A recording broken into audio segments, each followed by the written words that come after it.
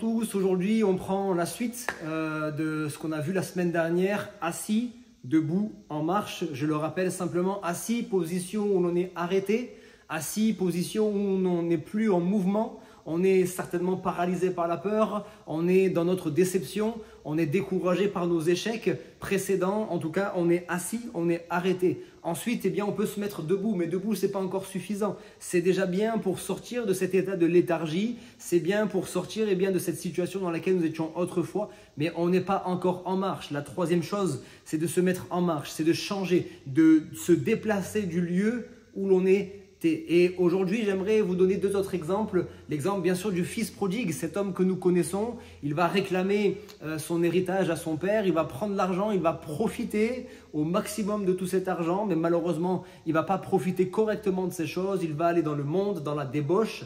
Il va vivre pleinement dans la débauche. Tout ce que son cœur désire, il va lui offrir. Sauf que la Bible nous dit, celui qui est debout, prenne garde de ne pas tomber. Il va tomber. Il va tomber, il va y avoir une famine dans le pays, il va se retrouver au service d'un maître et là il va être avec les pourceaux, il va être dans la boue du péché et la Bible nous dit qu'il est assis.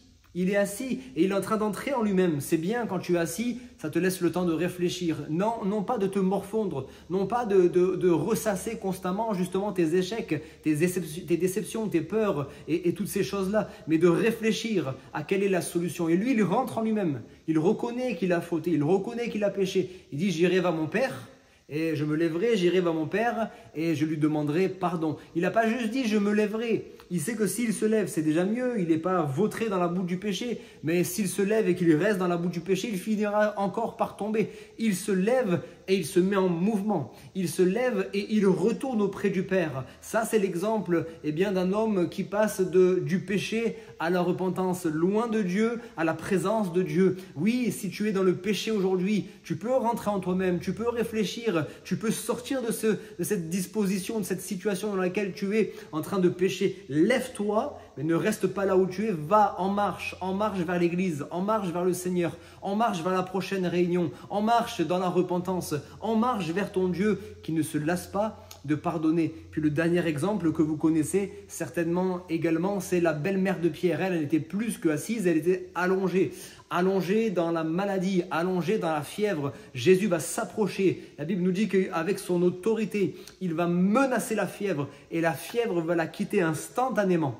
Alors que la fièvre va la quitter, de la même manière, elle va se lever, mais elle ne va pas se lever simplement pour regarder Jésus dans le blanc des yeux. Elle se lève et elle le serre. On a vu un boiteux qui va passer de la maladie à l'adoration. On a vu un aveugle, Bartimée, qui va passer le long du chemin, sur le chemin. On a vu un fils prodigue qui était de la repentance, du péché à la repentance. Et puis maintenant, on voit une femme qui passe de la maladie au service de Dieu. Le Seigneur peut te donner la force, la capacité de le servir. Lève-toi et mets-toi à le servir pour glorifier son nom.